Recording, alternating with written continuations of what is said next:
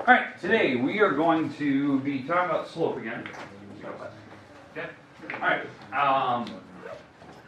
we're going to be talking about slope and kind of going through a couple things, and then obviously we're going to try to get to a little activity. That's why we're sitting in a little pause today, and I'll move people around so you're kind of in a little group. But that's what we're going to be doing today. Now, the idea is that we're in section 3.3 still, which I've self-entitled the Systems of Equations section, because I'm trying to tie together, you know, the equations that we were doing for the systems. You know, we were trying to solve like where the one coordinate, where, you know, the x and y number that make two equations work. And we did all that system stuff. We talked about the, you know, the process of doing that. Well, what we were moving into is that third method. That third method, which was graphing. And that's what we were going into. And so I want you to be able to graph on coordinate paper. So that's what we're going to be looking at today. And so today is kind of more or less focusing on getting a handle on like what that is, what the parts are. Now, obviously, the big thing that we've been discussing as of yesterday, what we started was slope. You need to know what slope is. Slope tells you how you tilt a line. And that's important when you're drawing it, because if you're going to draw insanely accurate, you got to know how to tilt it. Because if the tilt's wrong, you're going to get wrong answers. So that's a big deal, and some people really mess that up. So we're going to review the actual formula for that, so you get some practice with it. And then we have a couple properties today. So we're going to do a little bit of a review for the actual formula, which we discussed yesterday. And we're going to get to two actual postulates today. So we have two postulates. Okay, and then we're going to get to our little activity today and see if we can try it out. All right. Questions on kind of the goals today, what we're going to get to. Okay, now I don't have a lot of time, so I'm going to go through this pretty quick. All right, let's start with slope. Let's start with that. Now, yesterday we did that little activity where we kind of stood around. We were talking about, negative slope, positive slope, and I kind of had you group up, and you were attempting to figure out, you know, what group you should be in. And, you know, throughout the day I did it for all the other classes, and they had similar issues that you guys had, you know, not just remembering where to stand, but knowing which way to hold the little card in front of you so that you didn't get it wrong. You know, that was something that it was apparent very early, like all day. Everyone was having issues, like, how do you hold it? This is how you hold the card in front of you, right? X-axis on the right, Y-axis on the top. That's just how I look at it. So X-axis is horizontal, Y-axis is vertical. Now, for the most part, what we're discussing is when we draw lines, like such. Okay, so there's my line. If you're going to draw insanely accurate, it's nice to have coordinates. But it's also nice if you know the slope, so you know if you're drawing accurate or not. So slope is based on how it's tilted. So the more steep it is, like this, the larger the number is for slope. Just to give you that idea of how we find that this coordinate right here is 1, 3. Now how I get the coordinates, you always use the x-axis number first, then you go vertical. So this is 0, 0, so over 1, up 3. And this coordinate here is 2, comma, I think it's 9, in fact, 2, 9. I think it goes up to 12, so 1, 2, 3, 4, 5, 6, 7, 8, 9, yeah, so 9, so 2, 9. So if you're going to find slope, you take those two coordinates and you plug them into this formula. This is the formula for slope. You subtract the y numbers and you subtract the x numbers. That's the formula that I gave you yesterday. We kind of discussed it in class. If you have not written that, if you haven't written this in your notes, you definitely want that. So write that down right now, if you haven't already. Now, what we also discussed was like the names. We called this rate of change, average rate of change. What are the other things we've discussed? We talked about, it was called delta y over delta x, rise over run. In fact, I'm going to write that down. I like the rise over run. That's the most common one. When I was asking all day, that's kind of the one that most people have seen since algebra class, was that one. You know, we're worrying about the rise number versus the run number. That's the order that we put it in. Now, I know that's weird compared to the coordinates themselves, because coordinates are x and y, but rise over run. So that gives me my actual slope. But again, where I'm getting these numbers to plug into that formula, they come from the coordinates. the 2, 9, and the 1, 3, those numbers go in here, into this, and there's certain spots, specific spots.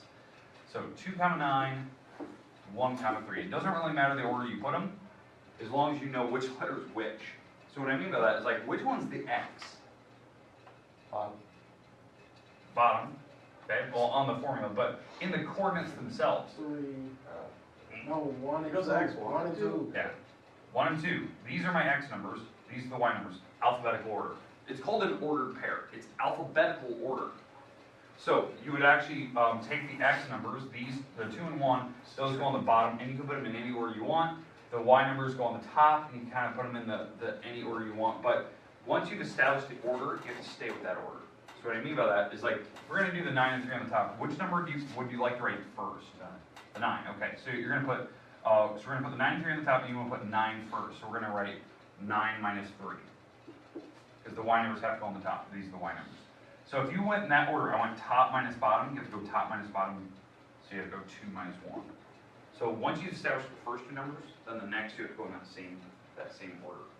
So this turns out to be, what is that, 6 over 1? That's my slope. And I know that simplifies, and you can write it just as the number 6. I prefer that you leave it a fraction. That explains more to me than just a whole number, right? That's telling me that I'm rising 6, running 1 to the right.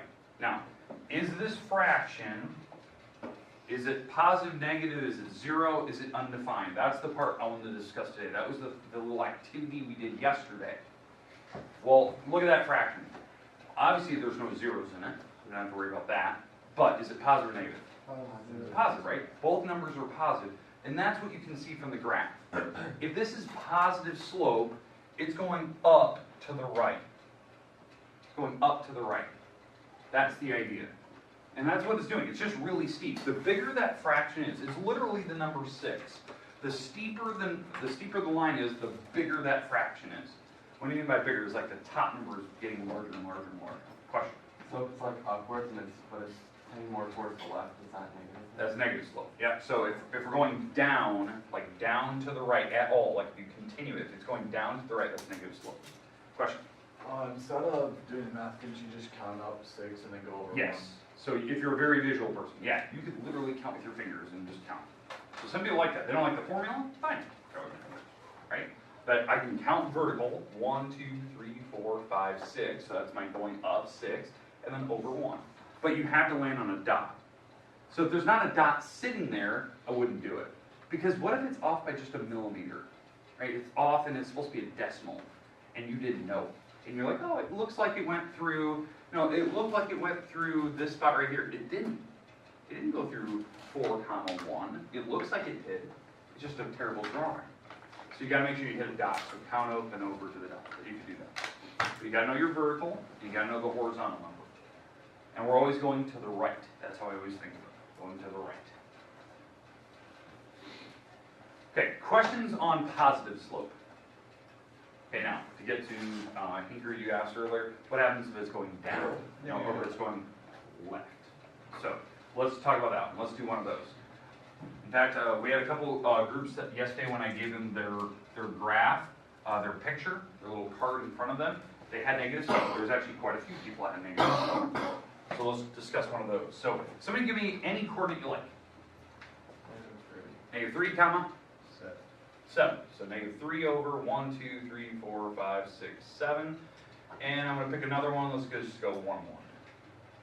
Keep it kind of easy. So negative 3, 7, and 1, 1.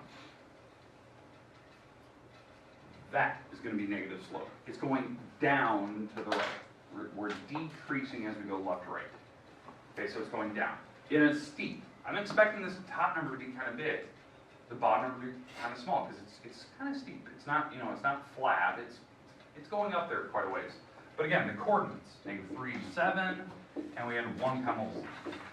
Okay? Now, where do I put the numbers in the formula? 7 and 1, negative 3. Yeah. 7 and 1 go on the top, right? Those are my Y numbers. It's alphabetical order. So these go on the top. So you want to go 7 minus 1. And then I'm going to go, so I want top minus bottom, so top minus bottom, negative 3 minus 1. So, not yet. So 7 minus 1 is? 6. And the -3 minus 1, those will stay negative since they're not, it's not like this. That would cancel the negative signs out. But since they're both negative numbers, you would actually add them, so that would make -4. Now I know that that fraction does simplify, but that is my slope, right? It is a negative number. It's 6 over -4. That is a negative fraction. In fact, it's the same as writing this. That is the same fraction to me. Or I can put the negative sign right in the middle out front. Same exact fraction anyway. So some people really get thrown off by that. They don't know where to put the negative sign. It really doesn't matter. As long as it is negative and you know that. Now, this fraction does simplify, and so we'll discuss that. That they do have a number in common when you actually do like fractions and simplifying. What do they both have? 2's in common. I can divide both numbers by 2, so that's 3 over 2, and it's still negative. This is still the same fraction as this one. They have the same value. If you type in a calculator, take top divided by bottom, it's the same number. So it's the same fraction. So the idea is that you could drop 3, run 2, drop 3, run 2, or you could just drop 6, run 4. It's the same thing. Okay, questions with negative slope. All right, now, the one thing I want to discuss is the idea is that usually when lines cross, it's because their slopes are different. I mean, that's what makes lines cross each other, because the tilt line, if the tilts are off, they have to meet at some point. And that comes down to our 2 postulates. So that's what I want to discuss. So we're going to get to our first postulate here today. So this is postulate 3.2. Let me get rid of the graph here, and then we'll draw a little bit, and we'll try to get to our 2. So I only got 2 little properties I want to discuss, so we can get to our little game here. Which one? Yes. I have a question. Yes, ma'am. Okay. So let's discuss. So postulate 3.2.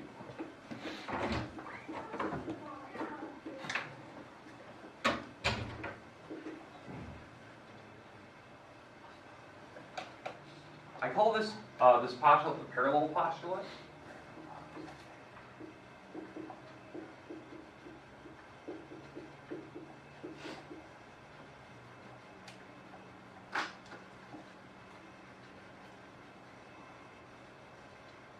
Okay, so parallel postulate. 2 lines in the same plane are parallel if and only if they have the same slope.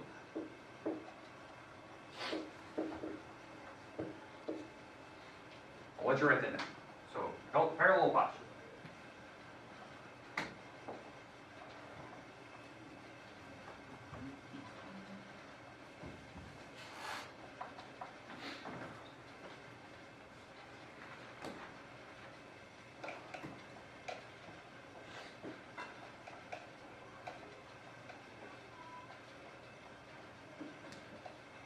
Now the book has this little add-on to this, so I'll discuss here. So 2 lines in the same plane are parallel if and only if they have the same slope. Now there's a couple stipulations here that we need to discuss. We're talking about parallels. A couple stipulations. Number 1, we are not talking about the word to coincide. Okay, we're not discussing this word. In fact, I'm going to cross out. Coinciding is when lines are right on top of each other. It's the same line. We're not talking about that. Okay, we are literally parallel. They are different lines. So in fact, I know this is not a part of it, but they are completely different lines. Okay, I'm going to put that as a little side note. Okay, they cannot be coinciding. They can't be right on top of each other. Because I know some people are like, well, they're parallel, right? They're going the same direction. They have the same slope. But they can't be on top of each other. They have to be separate lines. Okay, so different lines. Now, the other stipulation here, other than to coincide, as we try to avoid that word in this class, the other thing is this term that they use, if and only if. I've definitely seen, like, when you go to a college level math class, they abbreviate that. They write it like this. This is what my professors used to always write in college. I was like, what are they writing? Writing IFF. It means if and only if. It's this weird conditional statement. Okay, it is a conditional statement. Now, if you don't remember conditionals, conditional statements are statements that have if and then. But this one has if and only if. It is what they call a biconditional. Bi meaning the word to. Conditional means conditional statement. So it's a statement where both items have to be true. They both go with each other. So you could flip-flop the sentence. So two lines in the same plane have the same slope if and only if they're parallel. Or I could flip it, like this one. Two lines in the same plane are parallel if and only if they have the same slope. I could write it either way and it's still the same sentence.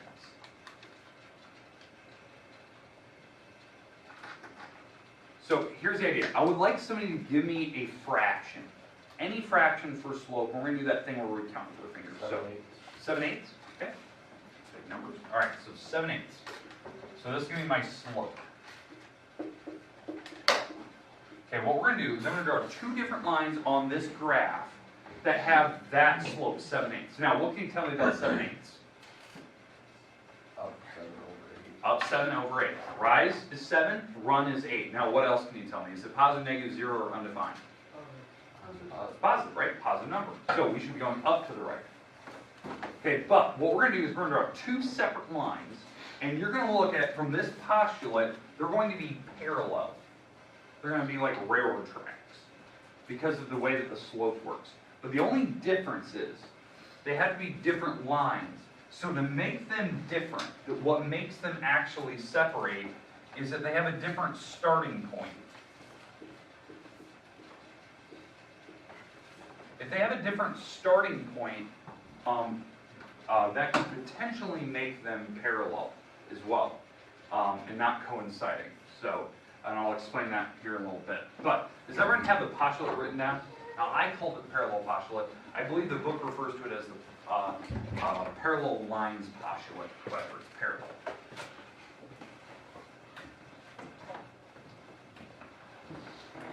Okay, we good?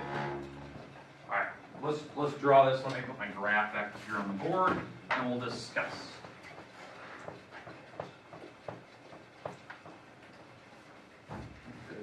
Alright. Okay, so I would like somebody to give me a starting point, please. Any dot? Say it again? 7, 7. All right. Lots of 7. 7, 7. I think that's the spots. 1, 2, 3, 4, 5, 6, 7. 1, 2, 3, 4, 5, 6, 7. Yes, 7, 7. All right. Now, that's one of my starting points. So if I want to make a line that goes through there with the slope of 7, 7, I can count up 7. 1, 2, 3, 4, 5, 6, 7. And then over 8. 1, 2, 3, 4, 5, 6, 7, 8. And this is where I landed. And let me draw this with a ruler, so I'm a little more accurate.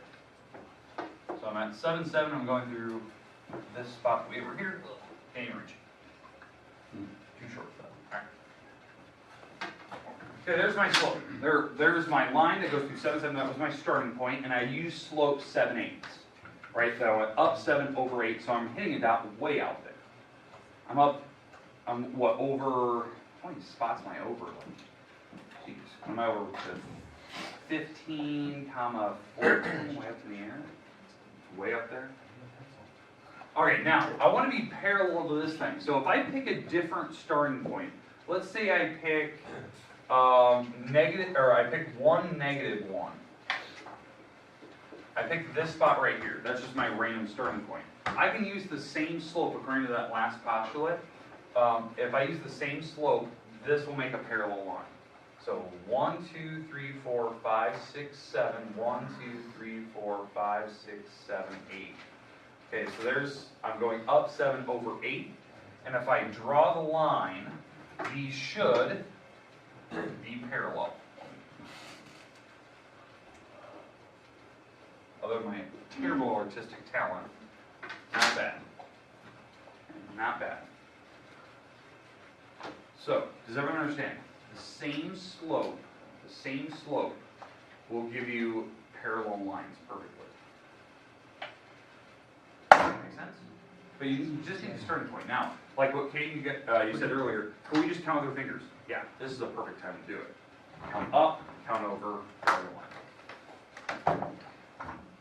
Okay, now, it could be deceiving. How do you check whether they're parallel? That's when you have to find slope. You have to calculate. Okay, questions, comments about the first part? Okay, let's do one more. We have one more postulate here, so we get to our little activity today.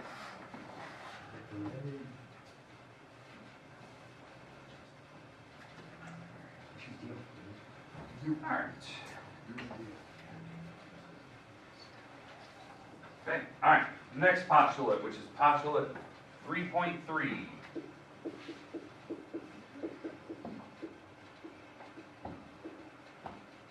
Okay, now, what I call this postulate, I call this the perpendicular postulate.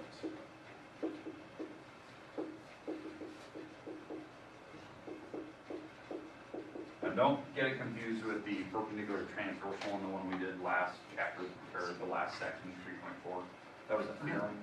So we're talking about perpendicular. Two lines in the same plane.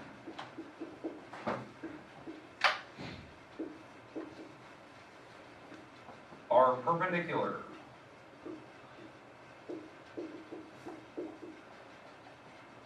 If and only if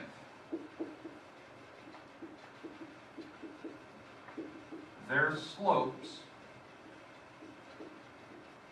are opposite reciprocals. Now, I'm paraphrasing from the book. What I mean by paraphrasing, I'm changing the wording slightly. I don't like the way the book writes it. I think it's stupid. So, I changed the word. Two lines in the same plane are perpendicular if and only if their slopes are opposite reciprocals. Now, what does it mean to be an opposite?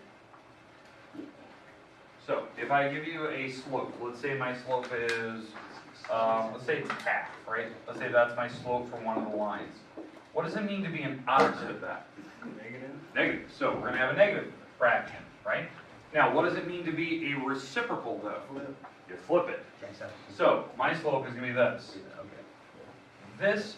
This slope, the negative and the fractions flipped over, that's an opposite reciprocal. This is the slope now of the perpendicular line.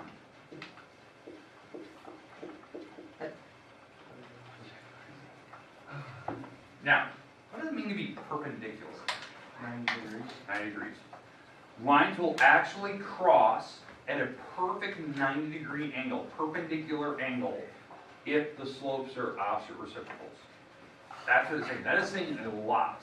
Like a lot of people just say, like, oh, the lines are crossing. Yeah, but they're crossing at 90 degrees, a right angle, just because of this little thing. That's huge, huge. Okay, let's do an example. I'll use this as my slope, right? 1/2 versus -2/1. So just so you can see. And again, they're going to have different starting points, just so you can see this. It doesn't require it because they can cross right at the starting point, but I don't want to do it. Okay.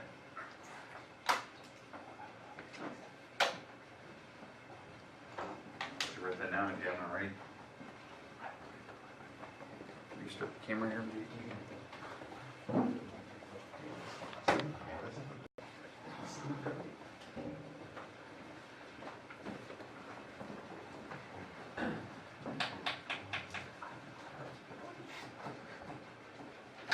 Okay, are we good so far?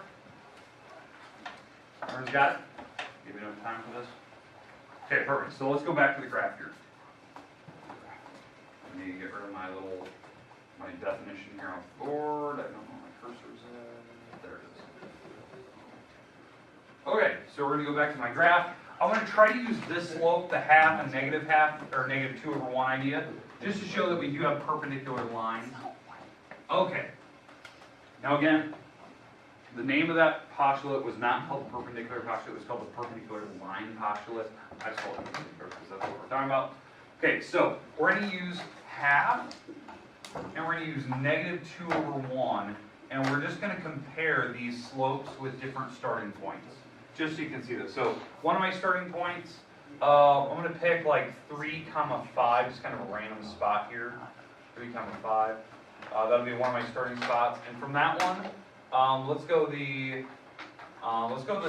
down 2 over 1. So this, my starting point on this one is gonna be the 3, 5. Okay, so it's going down 2 over 1, down 2 over 1, down 2 over 1. That's 2, 5, not 3, 5. What am I doing? Oh. 3, 5. There we go. Thank you. All right. So 3, 5. Going down 2 over 1, down 2 over Now you're 1, 4. down 2 over 1. What? What is going on? I can't count. 3, 5. All right. There we go. Down 2 over 1. Is that right now? Yeah. All right. Down 2 over 1, down 2 over 1, down 2 over 1, down 2 over 1.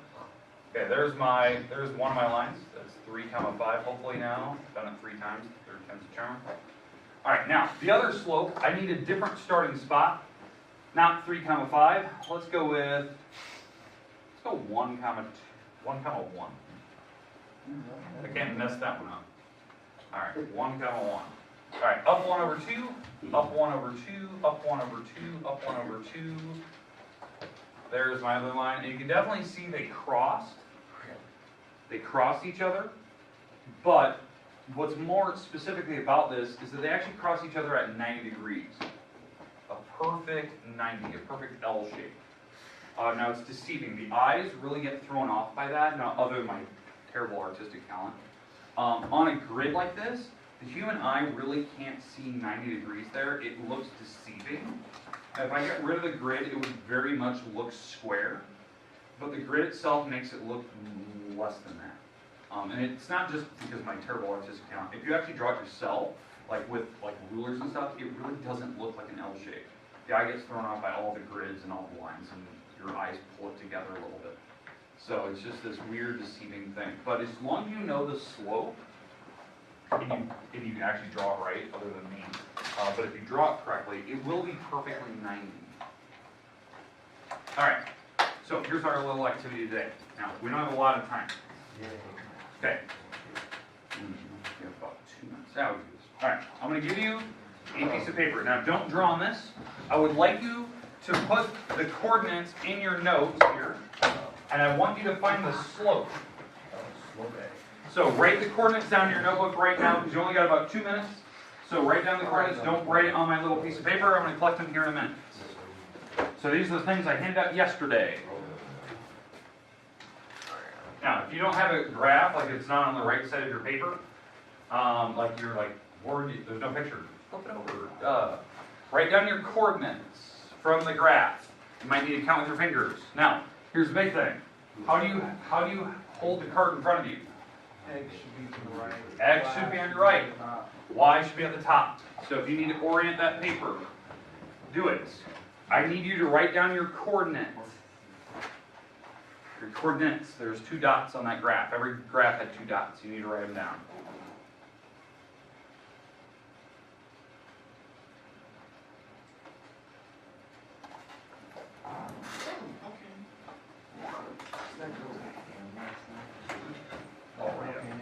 Okay, roll my note. Working around pretty bad there. See if you would begin Is anyone else fine? All right, I'm going to take my cards. Make sure you wrote down your coordinates, please. Make sure you wrote down your coordinates. Now, your goal from tonight to today to tomorrow, you need to find the slope of your line. Perfect. So kids are like perpendicular to the Yeah, floor. I guess Coach looked at a picture one of the girls got a picture of her last night, and this part was sunken down, and the bone was out of the bottom of the room. Yeah. And it was just this weird, like, Greek trip.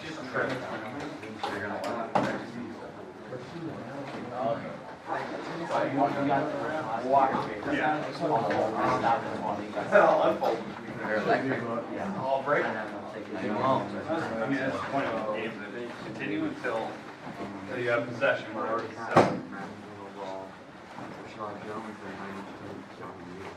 Like